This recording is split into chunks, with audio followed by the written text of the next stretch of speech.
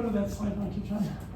Is Phil Darjean, Laura Darjean, and Darjean Desjardins. Desjardins, thank you.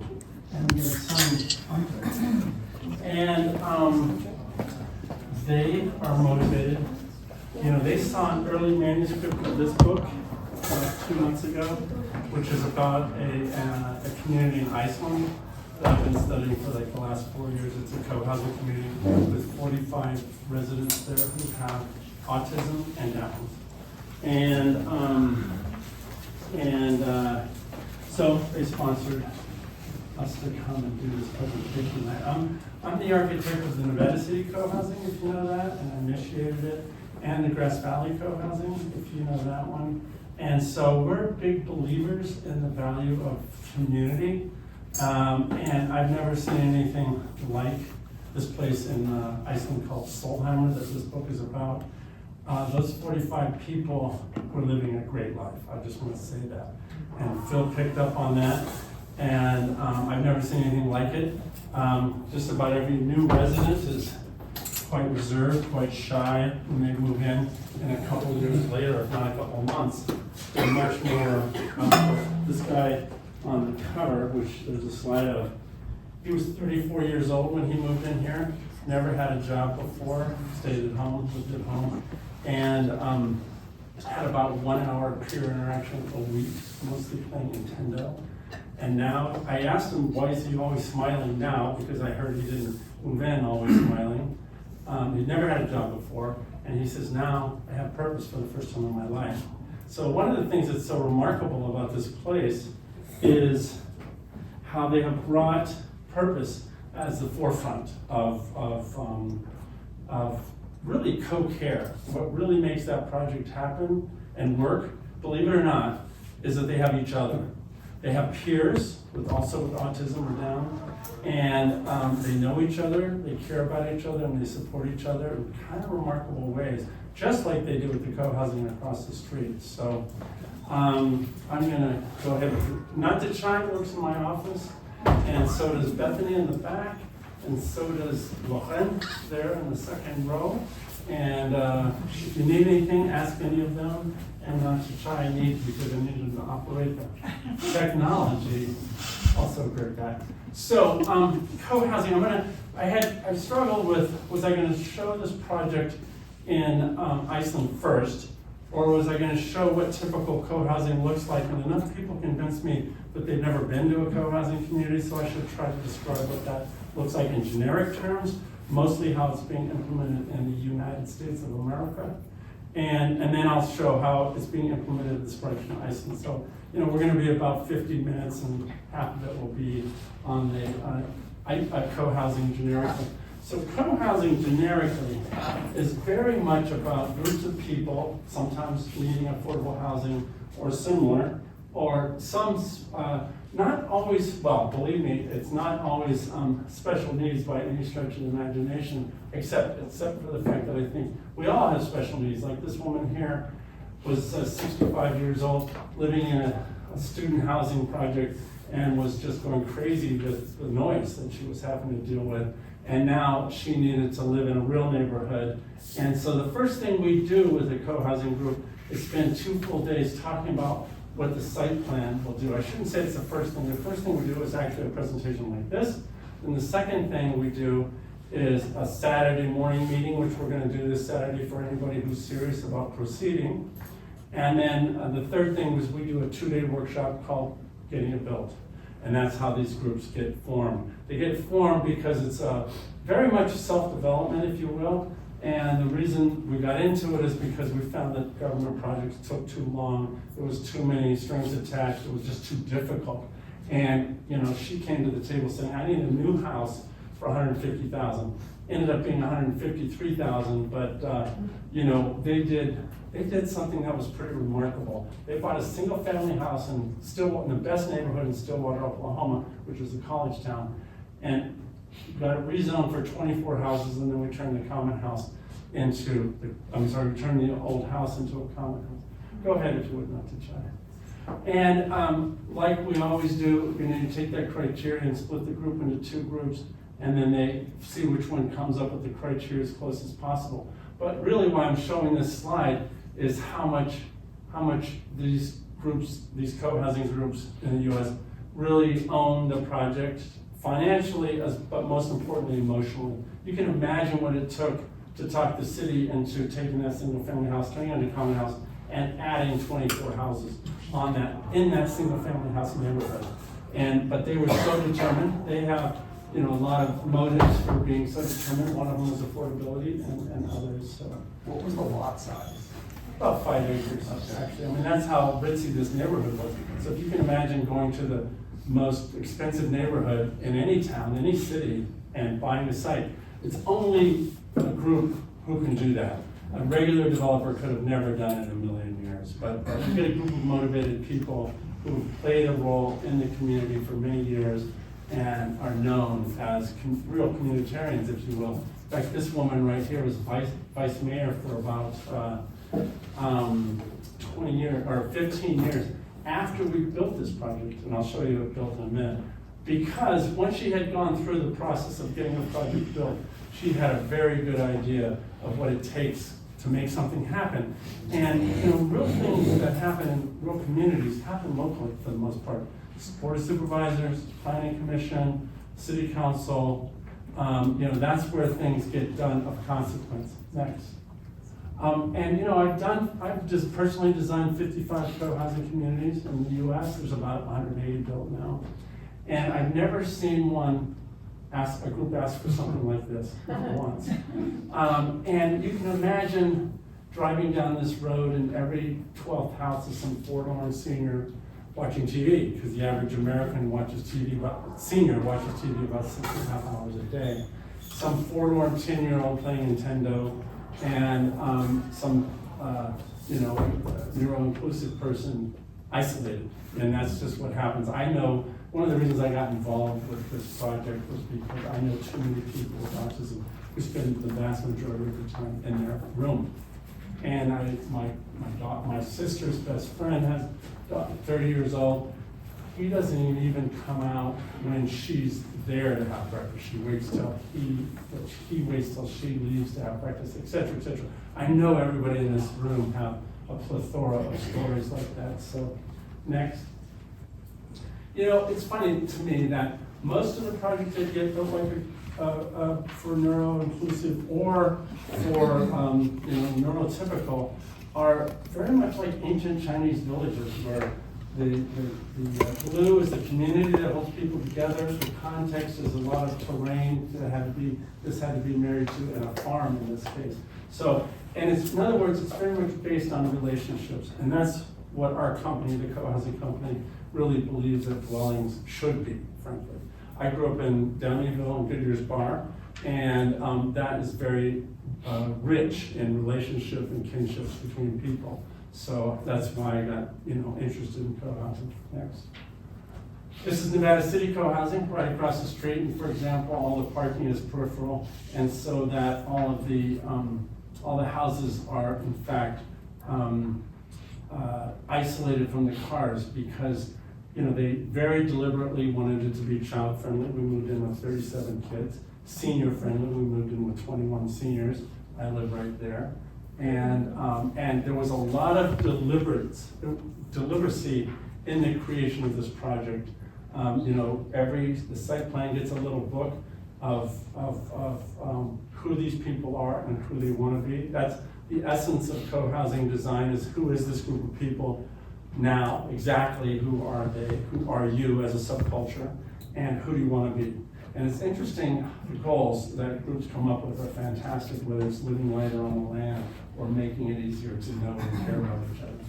Go ahead, Matt. I have a question. Yeah. Are the homes separately parceled out and separately metered? They're not necessarily, they're not separately parceled out, and they're not separately metered. It's a condo, Got it. basically, yeah. And I'm happy to talk about the metering later. In other words, we bought one water meter for 34 houses, and it makes our water, super cheap. We do an immense amount cooperatively.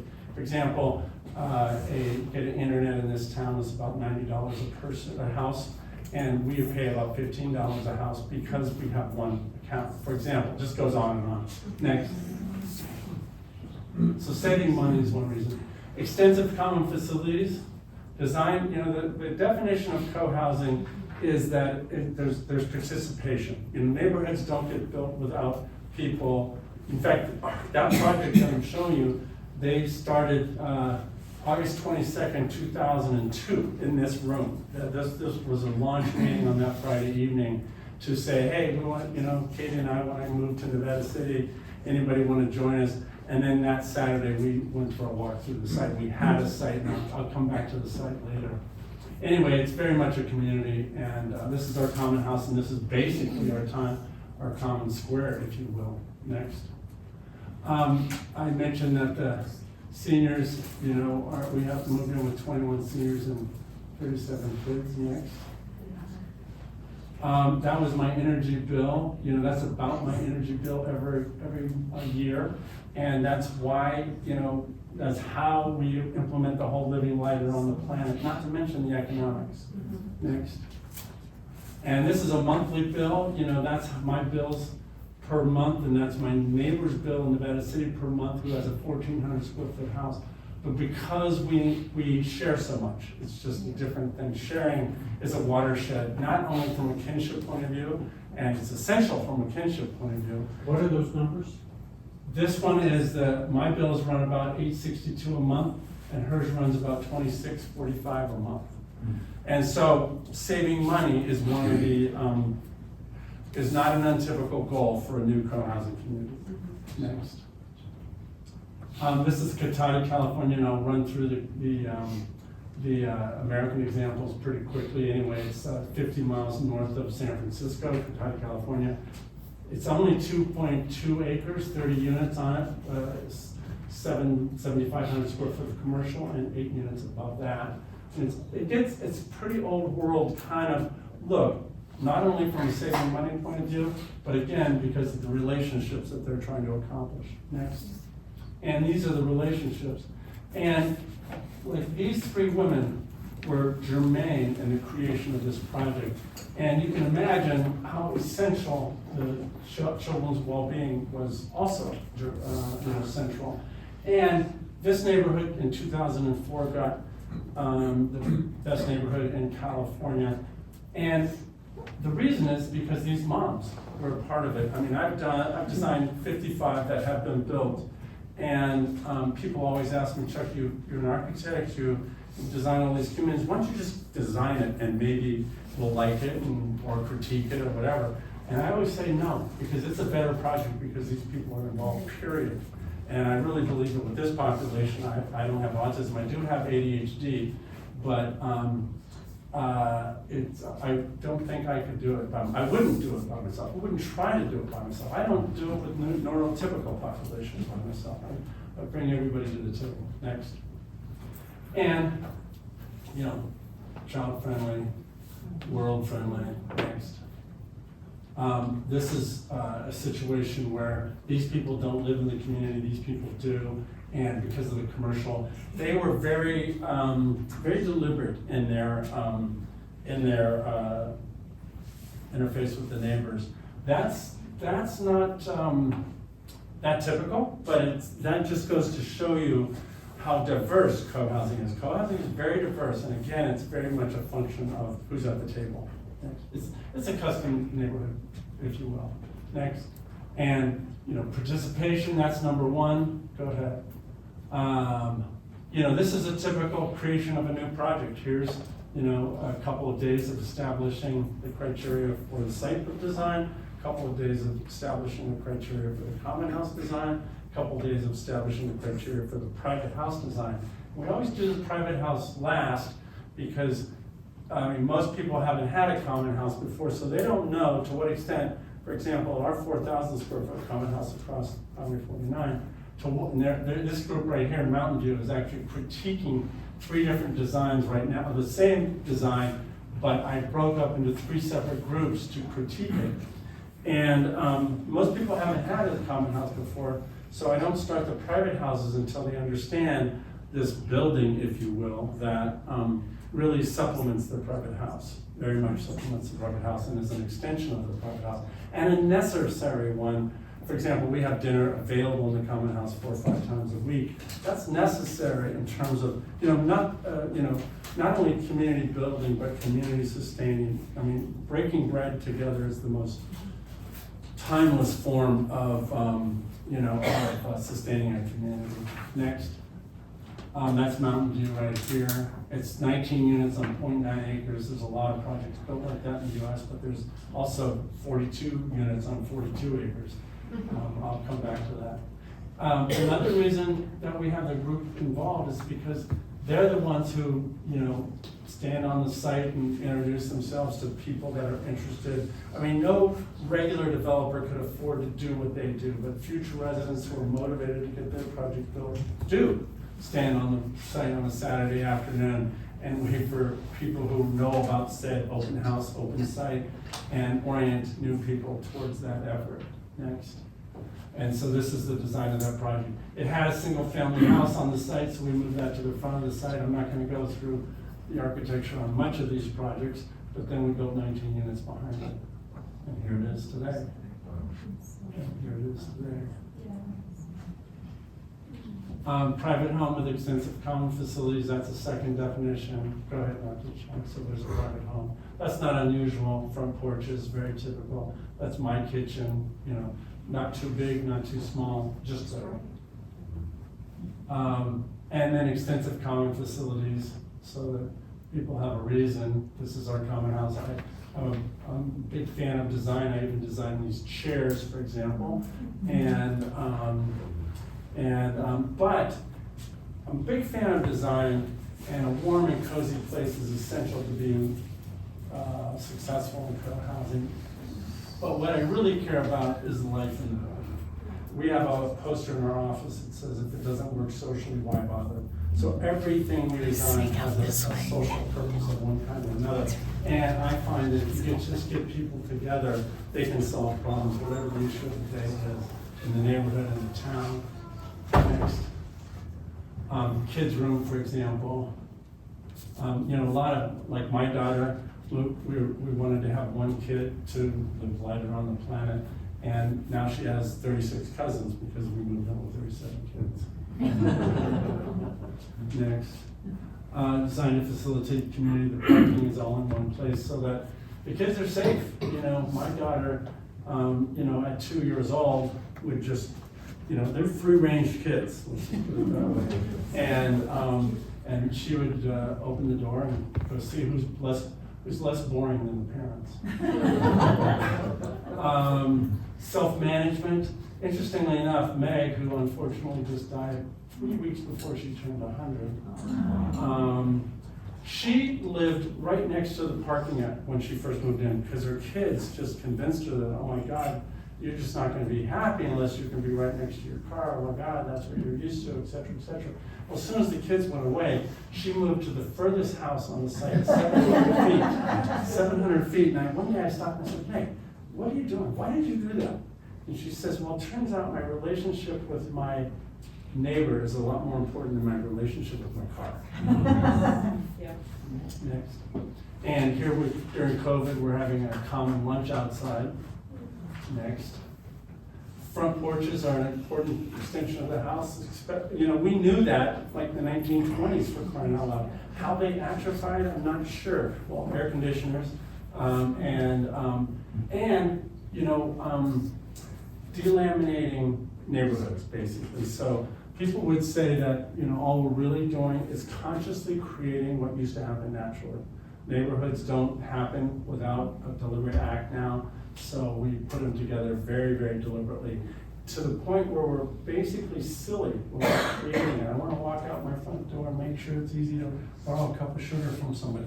Ridiculous, so that when you move there, or ridiculously obvious in my mind, but so that when you move there, everything you want to do naturally happens naturally, as opposed to get on the phone, drive over to somebody's house, or get an appointment to have coffee with them 2 weeks from now, and then 2 weeks arrives and you don't feel like it anymore. So most of our lives are pretty self-conscious at that level. I mean, we all have a sense of community, we have to, we're a very social animal, but it's very much based on our car, our phone, and our date book. And unfortunately, that means a lot of deferred community, which often means it's not convenient. It was 2 weeks ago, but it's not now. But I might, who knows, I might talk to them next time. I mean, life gets too self-conscious at that point. Next.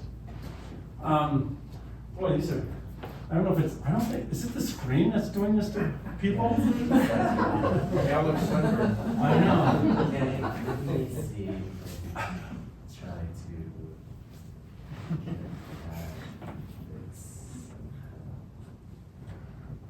Somewhat, maybe, oh, there you go. Oh, That's much yeah. better. Yeah. Which one do you Oh, guys much better. I like that one. That's the Yeah. best one I think so far. Is Yeah. it? Yeah, that one's Oh, good. it's It's okay. bright. All of them are better. Alright. So Kyle, who moved in with 6 kids, he's the cook for this night. Every adult there cooks once a month. He's the cook this night, and he's obviously the hero for the day because, these other residents came to kid him and hang out with him while he's cooking next. So everything's very kind of open in that way. Next. Self-management, that's another key aspect of co-housing. The residents themselves manage it. And this is a common meeting, for example, which we have about once a month, and it takes 1 to 2 hours normally. Next. Again, being very deliberate. Somebody in our project early on said, hey, you know what, if you don't have a pool table, you'll never get to know the teenagers.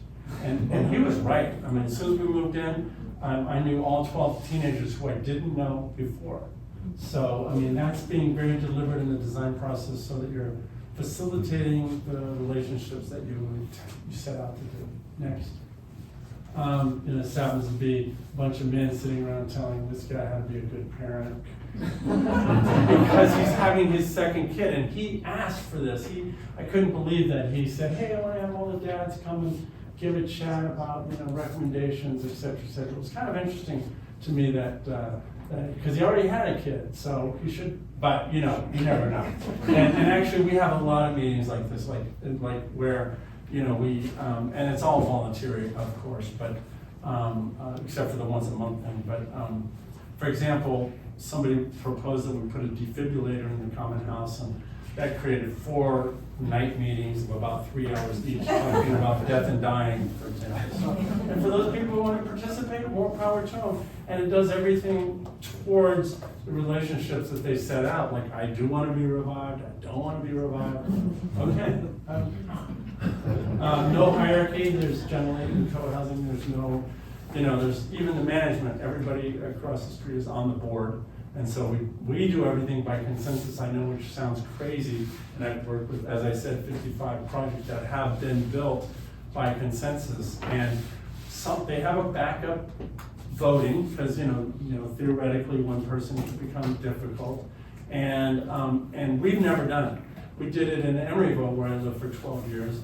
And we never did it the second time because once you get used to doing things by consensus, you don't want to vote on stuff. You basically realize, and this is even when we vote over there, it's like theoretically 25 to 30, 75 or more people carry the day if we need to, but we've never done it. In Emeryville is the same thing, and it left such a bad taste in our mouth, we never did it again. Next.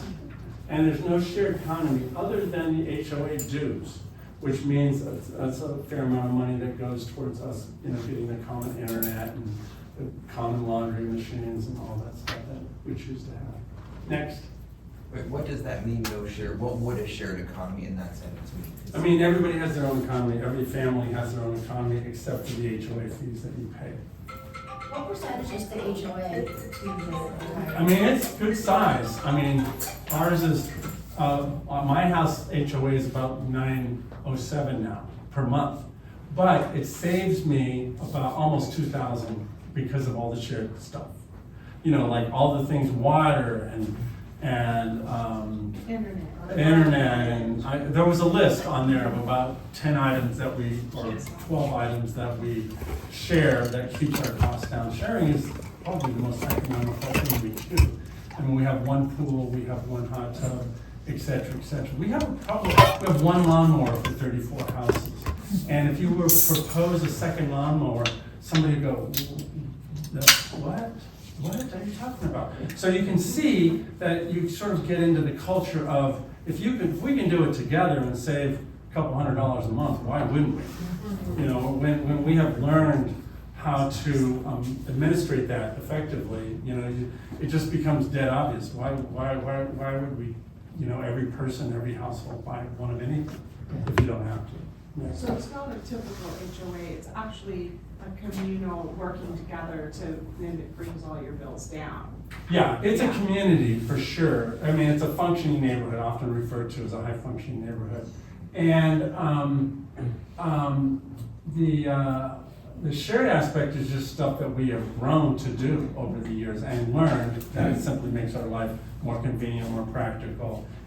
You know, we just bought insurance. This is actually Grass Valley, but we just bought insurance for our 34 houses, and after a huge hike. And we had 3 people in our group who made an insurance committee, and I mean, it was all of a sudden it was like $6,000 per house, and we had a 3-person committee get together and figure it out. And now we pay $20,000 a year for 34 houses. So, and it's not power of negotiation at that site, it's the power of brain work really that goes towards how can we get this better, how can we get this cheaper, how can we, you know, just figure this out. And there's always somebody in the group who does it, you know, knows something about it, knows the backstory about how to do this. Madam? Is there a board of directors there? Every adult's on the board. So that makes the management a lot easier. I mean, because I don't think I could ever live in a regular condo project with 5 or 7 board members, because they get very, either you could argue too conservative, or I think it was too constipated, because they always are looking out for other people's interests, and I would rather look out for my own interest. You know, it's so funny because community people think that you're giving something up. The reality is, you know, you have a lot of new freedoms, like especially time if somebody's mowing the lawn. And especially because I have a say in everything. You know, cut the tree down, don't cut the tree down. It's an issue, but we have an arborist come and talk to us, and it's all so much more thoughtful and so much cheaper than, you know, doing it in single family houses, so we don't do it that way. Next. There's a question right there. Oh, and by the way, this is Grass Valley Cohousing, senior cohousing, and this was a new project that didn't happen, but that's a site that I think is a good candidate for this project. Yeah. Okay, so how do you deal with, there has to be at some point a turnover of people that Oh, there is. out or they pass away, and then, you know, because I assume if you have an original group, they all have like more of a unified vision. But then, how do you fill the position, or do you interview somebody to come and join? We don't, they pick us, we don't pick them. And they pick us based on, you know, enhanced cooperation that we have. Like, I have to cook dinner once a month, well, that counts a lot of people out.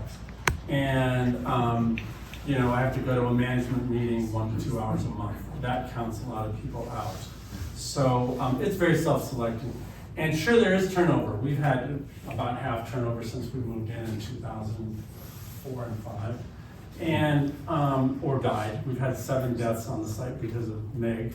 You know, that age group was very interested in, because it's very supportive of seniors, no doubt. And you know, we have renters, and they're pretty cool. They worked out really well. The new people who moved in because they wanted to be in a high-functioning neighborhood. So it's been very self-fulfilling. In fact, I think many of the new people are better than the old people.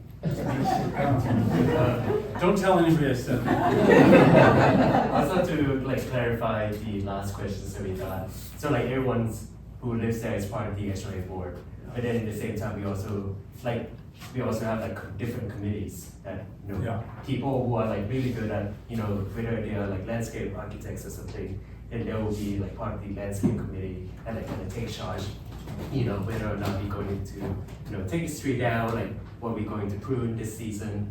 And then, so most of the time committees, it's like about 5 to 6 people, and then they would like meet, once a month, twice a month, and then the plans that they have for the community, they will present at the HOA meeting.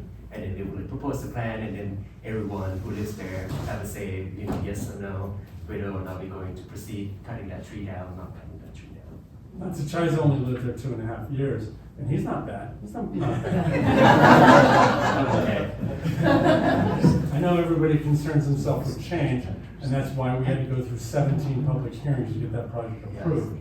It's so funny because change, everybody's afraid of change. I think it was Latzow who said that 3,000 years ago. And yet change is the only thing that's inevitable, so there's a crux there that happens, and our change has been great. Sir?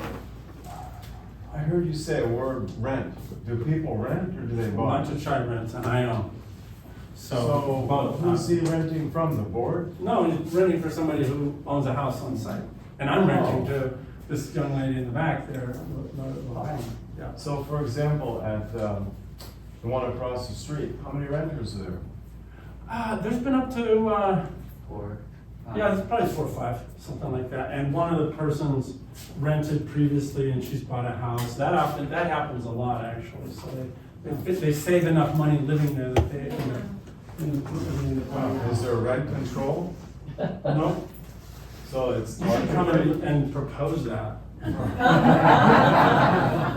But I want to get through these slides because, and I hope to answer some of these questions. I've written 16 books about co-housing, so if you don't get all your answers today, there's a lot of information out there.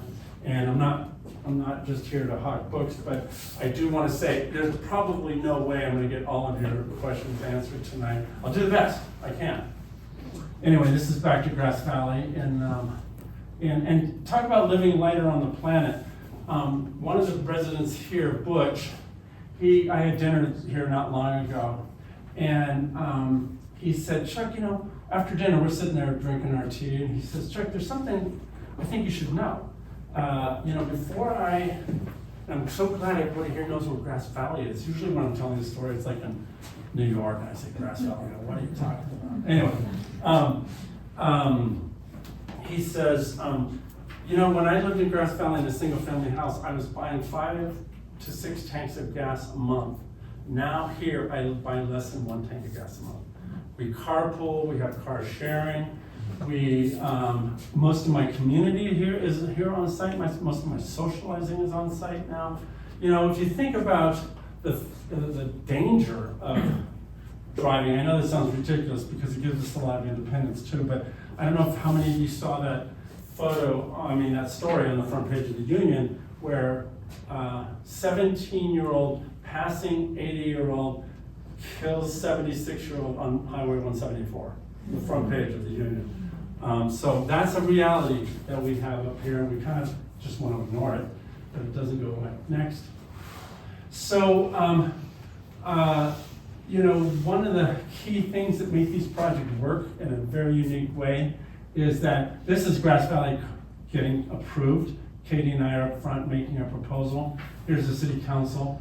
Here's 50 people who plan to live there, 50 people behind them, their friends and family, and 50 people behind them that were the neighbors who were opposed to the project in the beginning, but when they got to meet the people, were not opposed to it anymore, and were willing to talk for it. Next. Damien here is a blind guy. This is Pleasant Hill Co-Housing. I've never seen him leave his front porch. Sally just stopped by to chat with him. He holds court here a lot. And, but he just hangs out there. He can walk around the site all he wants to, but he likes hanging out right here and having people stop and chat with him. I've stopped and chatted with him several times. Next. Okay, now I'm going to switch over to this community in Iceland where there was a lot of intentionality around setting up a community for people who normally don't have a community. For home community would be central to their quality of life. The whole book is the nexus between community and quality of life for people with autism and Down, basically. Next. Here it is, Solheimer in Iceland. And, the first time I saw it, I was just blown away by how you could see the quality of life. It was palpable. Next. Whoops. This is a project in Vancouver. How did we slip that one in? Whoops. Okay, this was the appropriate next slide. You can back up one notch. You can see where Nevada City facilitates community, because it's a pretty good trek to your car. In the winter, we have to shovel the snow, and if Meg can't get out, we of course shovel the snow. In other words, whatever the issue, like shoveling snow, it actually becomes a community building experience. We do it because we want Meg to be able to get out of there on her walker and electric wheelchair. And I'm just putting that out there because some people think, oh my God, a car-free environment, that must be a pain. Believe me, the people who live here really love it, including me for sure. And I love running into the 3-year-olds and they all know my name, and it's different. Okay, next. Okay, this is Solheimer. They get together once every morning. That's part of their management thing. And like I mentioned, 45 or a little over half of the residents have autism and Down syndrome. And this is all part of the management, where every morning at 9 o'clock, management, if you will, or community building, if you will, or individual success, if you will. Here's where you find out things like, the university is showing up this afternoon to introduce a new musical instrument, and you should know about, they're gonna be at 1:30 at such and such building, et cetera, et cetera. So many opportunities are enhanced because of this meeting. And they might make that announcement 3 or 4 times during that week. A lot of people don't use internet, for example, or don't check their internet. So this is sort of old world community making. I think the Iroquois had it right on this one. Next. The relationships, and there's a dozen, or there's actually half a dozen licensed sociologists who work here. But they couldn't tell me enough about the difference between these 3 people before they moved in and after they moved in terms of their ability to relate to other people. Next. And that I saw everywhere. Next. Everywhere. Next. There's just people getting together. Hey, what time is that guy showing up with the musical instruments, et cetera, et cetera. It's all very self-enhancing, self-fulfilling, if you will. And that's what makes up like a village, if you will. There is a certain village-esqueness to it that's very timeless. Next.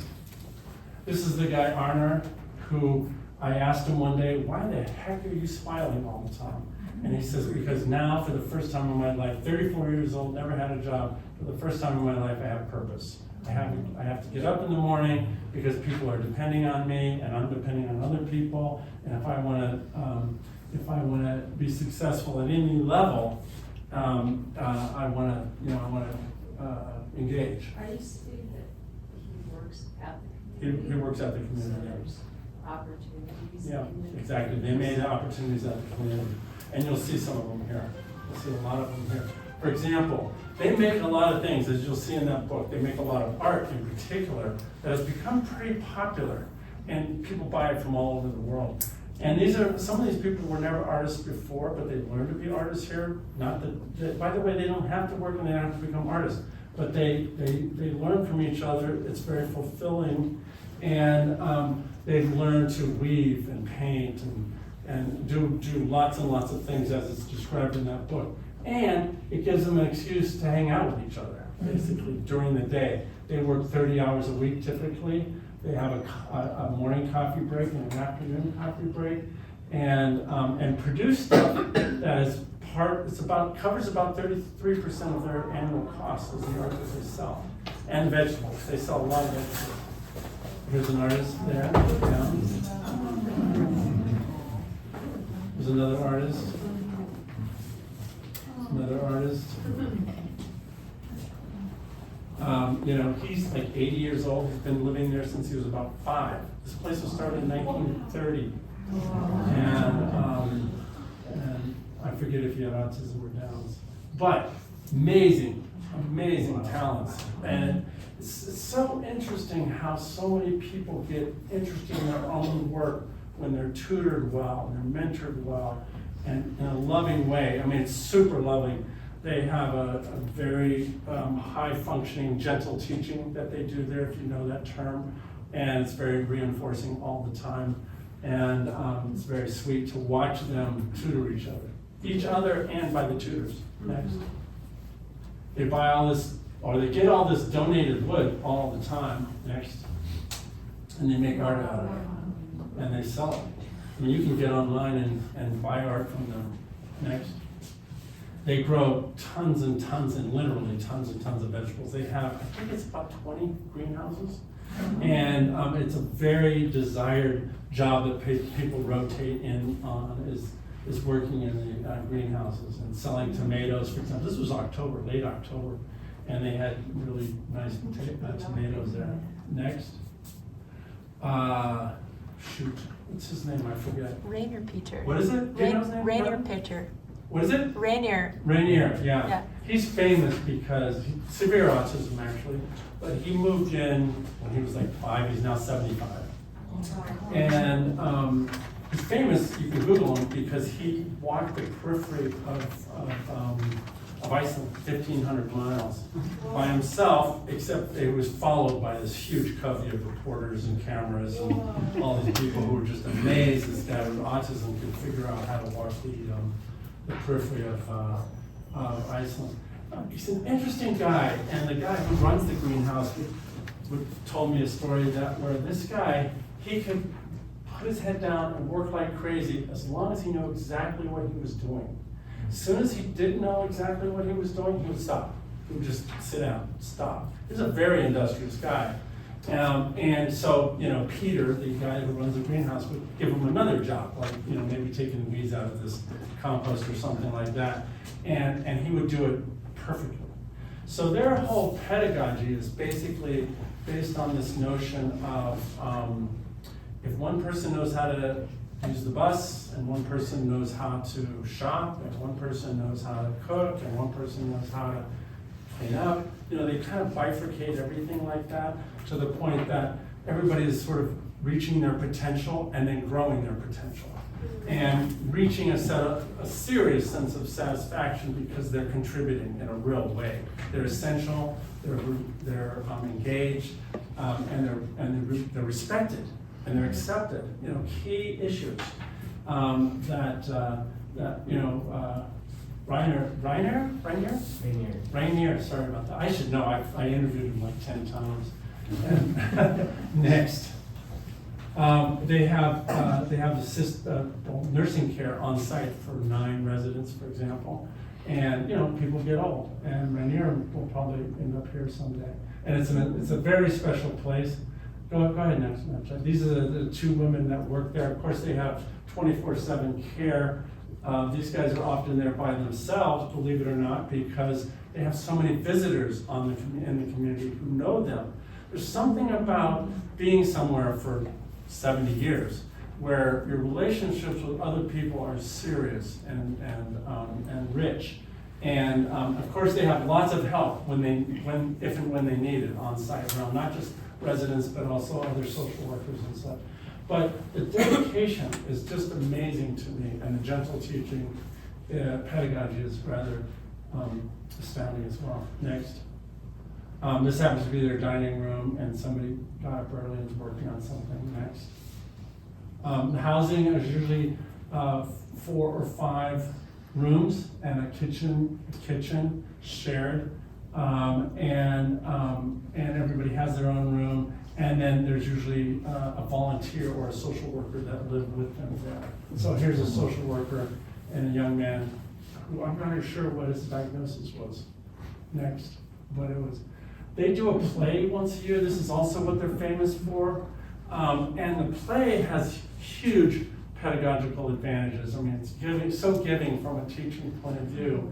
And especially remembering your lines helps you with a facility with language to the point that you get comfortable with language and such. And they have people in the play who are not vocal, but it's quite an astounding little scene. Next. And there's a whole argument there that part of a rich life or a meaningful life is art. And it's not just you doing visual arts, it could be entertainment arts of one kind or another, like the yearly play. And there's interviews, go back one last to Chinese, sorry, you got a chair? Yeah. There's some interviews with some of these people in the play, and they're kind of amazing. Why did you want to be in the play? Because I wanted to be famous. Next. Here's some of the social workers, and they're very much motivated to what's your diagnosis, how can we help you? How are we set up to help you, basically. And actually, 4 weeks ago now, I met with the president of Iceland, which was one of the funnest things I've ever done in my life, because he's motivated to create another project like this. So I hand him a copy of the book, and who knows what he's going to do with it, but he's motivated. Next. This is the gentle teaching at work. Next. This is, I don't know what group this is. I think it was the knitters. Yeah. Next. And that's the book that's here tonight. There's also this book for who want background information about creating co-housing. There's another book that I've written about the design of co-housing. And I think that's it. Well, there's one more slide, right, Mr. Chad? So on Saturday, this Saturday from 9 to noon, we're also meeting here. If you're interested in pursuing a project like this, the Desjardins should be here. And we're gonna try Wait, to. isn't that yesterday? Launch. Oh, sorry, that's my fault. Oh, whoops. It should be. It's the autism. I'm just like, It's the 10th. Saturday. Yeah. 8th, sorry. That's like, it's like the 8th or something, right? It's the 10th. 10th. That's my fault, sorry. Okay. It just happens the other day. Where's the marker? I'll get it. So anyway, come here Saturday, it's in this room, the 10th. Thank you guys for coming. I appreciate it.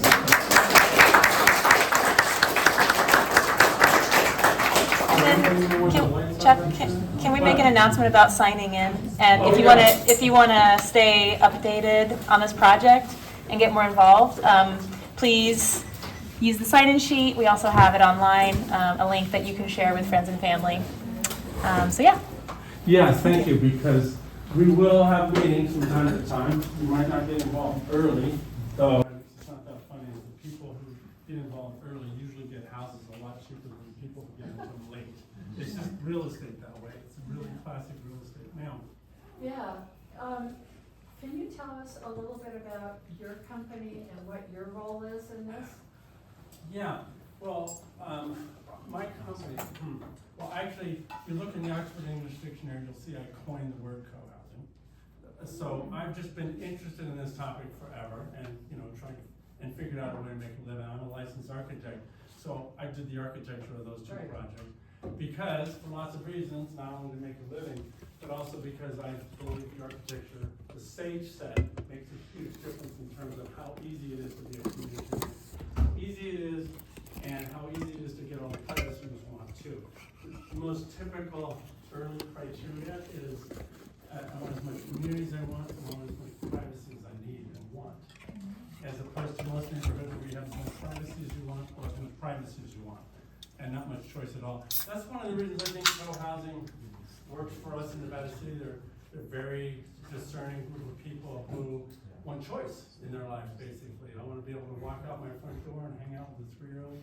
Or I'm going to try to get somebody here to take names. Are you willing to do that, not to try? So, because there's hands. There's a sign-up sheet. There's a sign-up sheet. Yes, it's coming around. It's coming around. He yes. means to take So, questions in and- order. Here. Yeah, ma'am.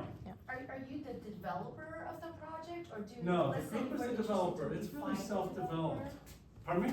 Like, if we're interested, we find the developer, or how Well, does that work? yes and no. But over half of the projects in the US are developed by the group themselves. They figure out a way to have the collateral they need to get the construction loan and such. And we do counsel the group a lot in those regards. In other words, how to do it. Grass Valley was completely self-developed. Nevada City was completely self-developed. And that really helped to get the cost down. When we did Nevada City, front page of the Union, Average house in Nevada County, or in Nevada City, 500,000, that was in 2002. Yeah. We built houses for as cheap as $255 and up to $425. So, and that, a lot had to do with not having a developer involved.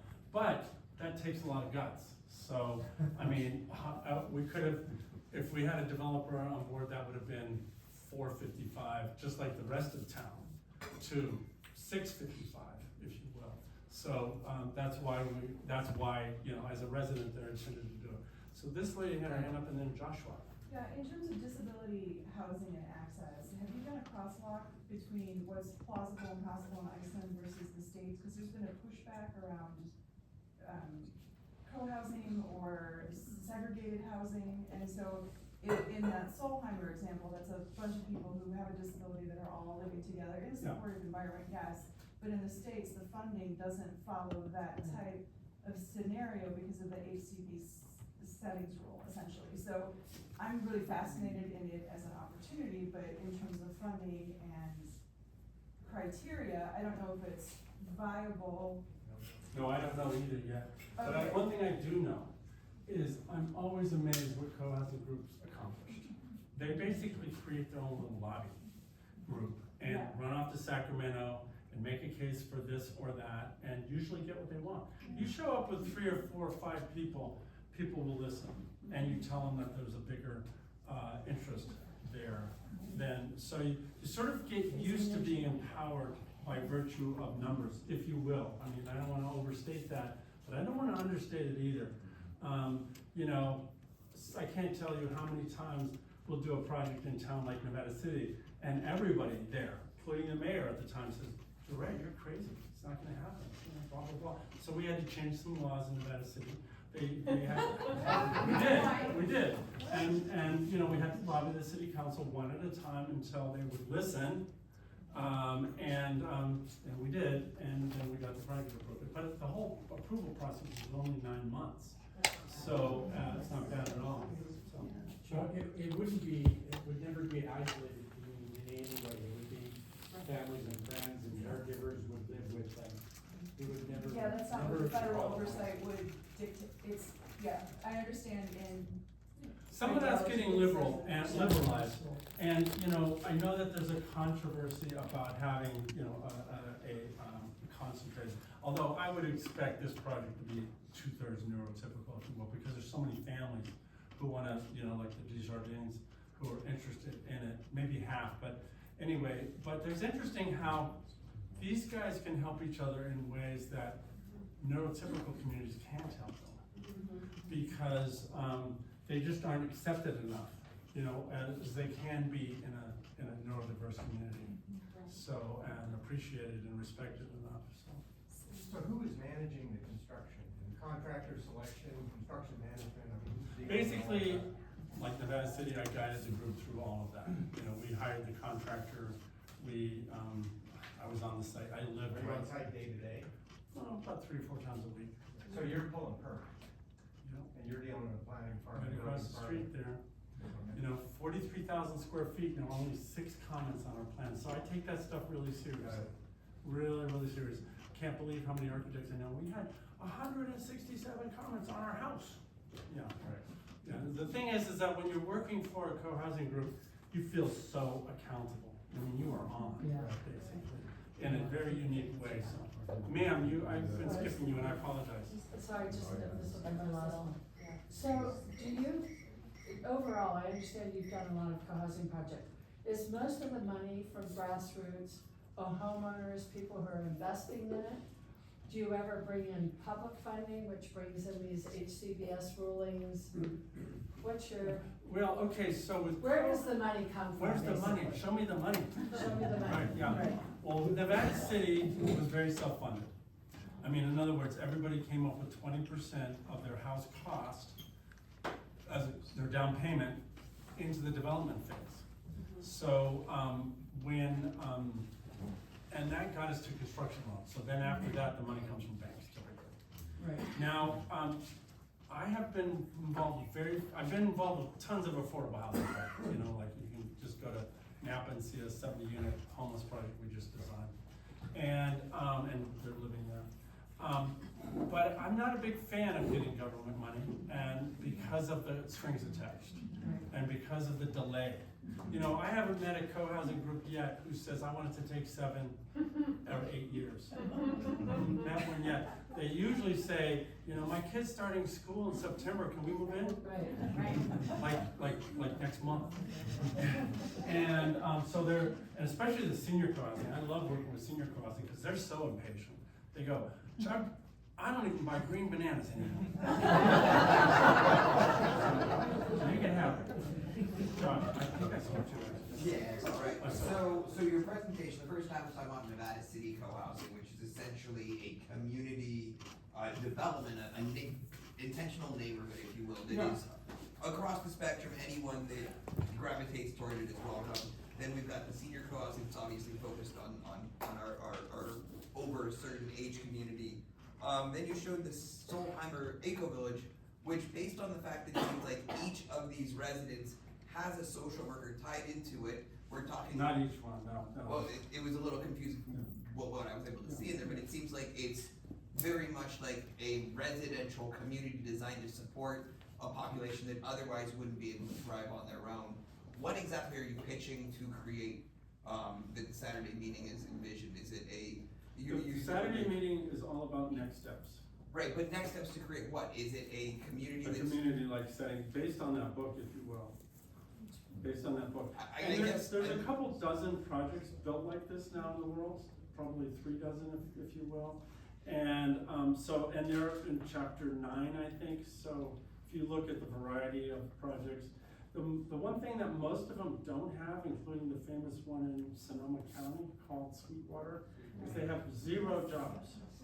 I guess what I'm getting at is autism is a spectrum disorder and comes everywhere from the people who are what are called low support needs, who may oftentimes feel disconnected in our community and seeking belonging because of these sort of very invisible disabilities, because otherwise they can gauge, all the way down to people that have, you know, disability payments and home health aides to support their autistic needs. And so these are very different communities. You're describing it as neuro-inclusive, but I'm trying to understand who are the target demographics, who is this for and who is this not for? Whoever wants to join this project, that will be our target demographic, just like Nevada City, just like Grass Valley. And I mean, even, you know, I don't want to overpromise, but generally speaking, we figure out a way who can't buy a whole house to get a shared house or something, make it work for them. Because the idea is eventually, in the context of the community, they will very much support each other and help each other. So one of the challenges of Saturday and the subsequent meetings that we have will be to figure out which disabilities this group is willing to try to work with. The fact is that I only currently know of projects where mid-range autism and Down syndrome seem to be very compatible and seem to be plenty of room for collaboration there. But when we have, like in Solheimer, you know, in Iceland they have the spectrum is 18 land items. In the US it's 3, as I understand it, low, medium, and high functioning. And in Iceland they only have 300,000 people, but somehow they figured out all the math. So people with 1 through 6 don't live there because they figure they can be independent. People 7 through 12 do live there, and 12 to 18 don't live there. They need too much care. These guys can function together. Some of them are very low vocal, but they can function and function well. I mean, not a little bit well, but extraordinarily well, going from half an hour peer or an hour peer interaction a week to 30 hours of peer interaction a week. Whole different experiences in life. And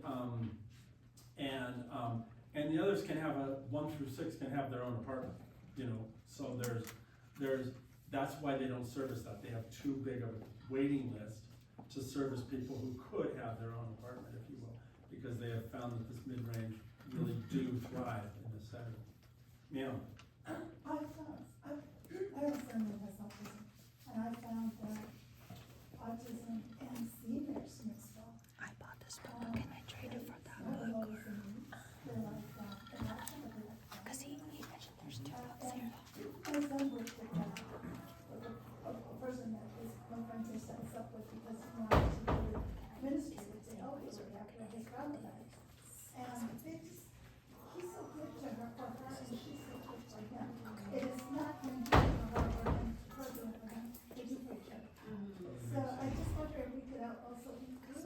Yeah, sure. I mean, the thing I love about working with cohousing groups is they're motivated to figure it out. And life is complicated, and making a society is complicated, and it's not something you can do very well by yourself. When you put a dozen or more smart people in the room, and all of a sudden you're thinking of things like that nobody else had been thinking about, for example, and aren't even possible. You know, in the context of living in your own ranchette somewhere, you know, finding some seniors that are hanging out with you all day is not really an option. But in this context, you can have that option and hang out with young kids, and you can hang out with, you know, typical and just lots and lots of different things. And I'm looking for, you know, I always look for the group to figure that out. Some groups, like Grass Valley, wanted to be all seniors. And by the way, it turns out, the seniors, I mean, the people who move into autism get old too.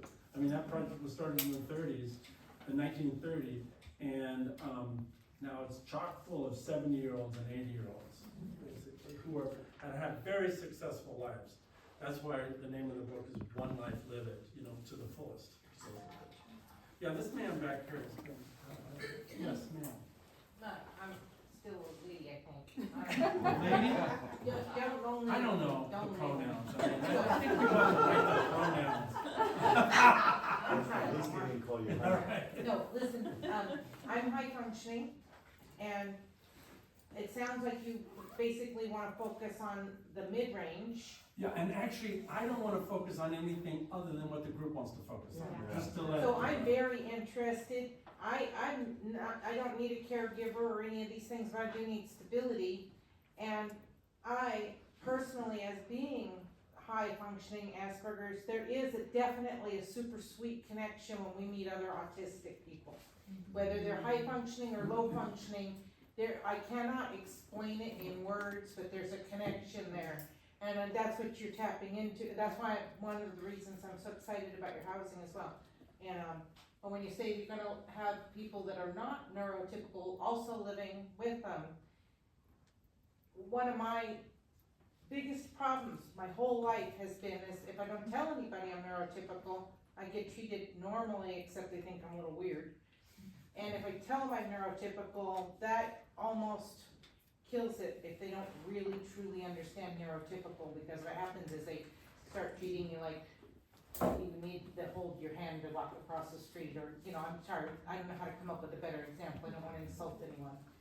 But I'm very, very mature in my way of thinking. There's things that happen with neurotypical people that we just don't even participate on those levels, and people get insulted, and so I'm very excited about a community where people would have some understanding of exactly what happens with neurotypical people, so we don't get pushed around and bullied and mistreated and stuff, because it does happen typically in society. And I'm very, very good at being a duck. I let it roll off my back, I ignore it, I don't let myself get gaslit, but it's an ongoing problem for neurotypical people.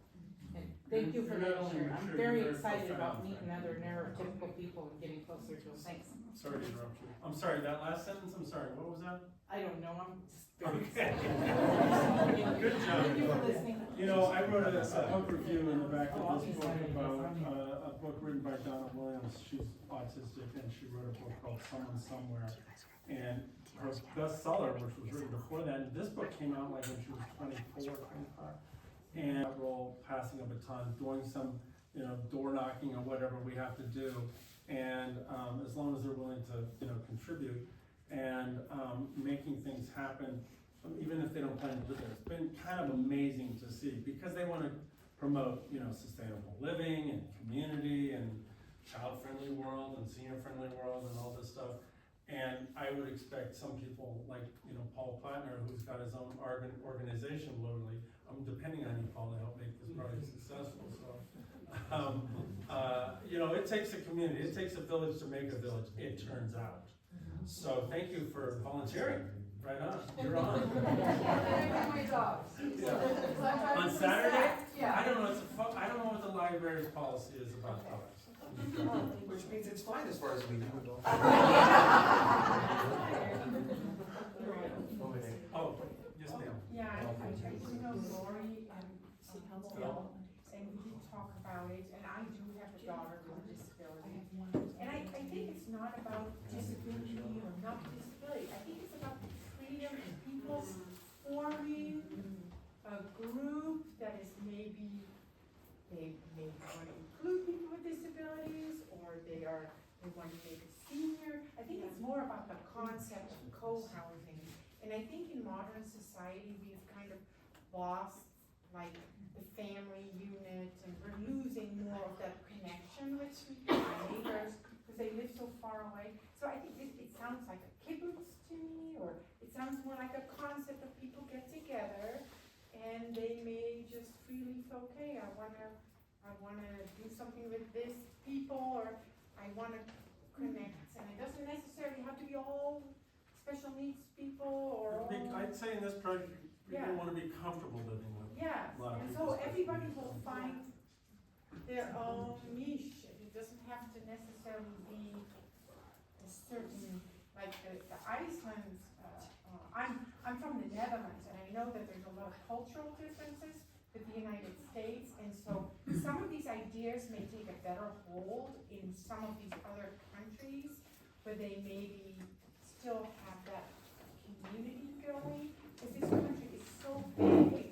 When I came here, it's like you can drive and drive and drive and still see the same culture, and there people live more in closer communities, so it's maybe, there's some different aspects here that I think. Yeah, but you can't actually, I find you can't really discount how different cultures are. I've done co-housing projects right across the street from each other in the US, and they're completely different because of the subculture of this group and the subculture of that group. So you sort of bring that together, understand it to the fullest extent possible. When I brought co-housing to the US, which is in the book in the back there called Creating Co-Housing, I worked with 7 anthropologists in Denmark because that's where co-housing got started. And I studied housing there for a year, and then I went back for 11 months and studied co-housing. And I ended up working with 7 different anthropologists who really deep dive into figuring out who these people are and who they want to be for them and their families and all the rest of them. It's not a complicated process. I learned, after working with 7 anthropologists, because they had a lot of overlap in how you figure out what the priorities of a certain group of people are. You can do that with any population. You can go to Pittsburgh and say, would you rather, watch the game on TV tonight or go visit the in-laws? And soon you figure out what the priorities of a culture is. And anyway, and you have to do a lot of that in the context of co-housing, just for cost control. A co-housing group can wish themselves into oblivion, no problem. But if it's a very deliberate process, they can get the job done. Ma'am. How would you, I came from Roseville, how would you start a program like this, a community like this in Roseville area? Just like this, just like Phil and Lori did, just like Katie and I did in 2002. We just got the word out, we got on the radio here a couple times, Phil and I did. And, you would call our office and we would give you all the secrets to getting, to the radio station. When radio stations, you would think they have barbed wire outside their doors, but you talk to the right person and all of a sudden, come on in. The KVMR, the first time I tried to talk to, we were doing a 48-unit project, co-housing and a little more, on Main Street, downtown Nevada City, a custom-made neighborhood, and they didn't see the newsworthiness of that. 50 strangers getting together and making a custom neighborhood. And, Steve Baker, who was a great guy, no doubt about it, I know him now, but he was like, oh, no, we can't, no. One day, I showed up sitting there in the lobby, and Steve walked out, and I said, Steve, this is news. You should have this. And he goes, can you go now? Because our last guy just canceled on us. Can you get on now? So I was on for like 10 minutes, and then when I walked out, he was waiting for me. He says, can you come back? This is a cultural pivot of consequence to the extent that people don't know that it should go into the union until you talk to them 15 times. It shouldn't go on the radio until you talk to them 15 times. So that's the kind of thing you do in Roseville. Is your Steve Desjardins that you talk about, is he from Roseville? No, he's from Nevada City. Yeah. Oh, Phil, you're here. Even though you're in disguise. Yeah, right on. So, I lived here for 35 years. yeah, 35 years. Okay. Any other questions? This is a great group. You guys are gonna do it. I feel it. Is there a parcel proposed for this project? There isn't. We're gonna start the process. That's gonna be what we're gonna talk about on Saturday. And the issue is gonna be, you know, co-housing is done by 3 people who go look for a site, 4 people who organize, you know, the care of people who need care. I'm impressed that so many people made it tonight, because I know many of you have children who need care. And so the care of people so that you can come to the meetings to get this job done is real. And we'll need to, you know, bifurcate and trifurcate jobs so that we can get the project built. There's a lot of cooperation involved. So that's what we're gonna start talking about on Saturday. And there'll be things like, where's the site? That's probably gonna be covered in the context of the Getting It Built workshop. But I'll start proposing sites right away. There's a couple ideal sites on Argyle, for example, couple 3 acres, been sitting empty for a long time. I wouldn't be surprised if there's, you know, a couple groups that come out of this, maybe. But although I do believe that there's a lot of advantage in focusing on one group now, even if you don't plan to move into it, and then proposing a second group, just like the people who helped us from Grass Valley, you know, built Nevada City, then they built Grass Valley, and that worked out, you know, very, very well for people who only wanted senior co-housing. They did not want to have dinner with 2-year-olds anymore. I had a 2-year-old. Got the T-shirt. So I hope to see you on Saturday, very much. If you get a copy of that book, you'll be more prepared for Saturday, I'm just saying. Thank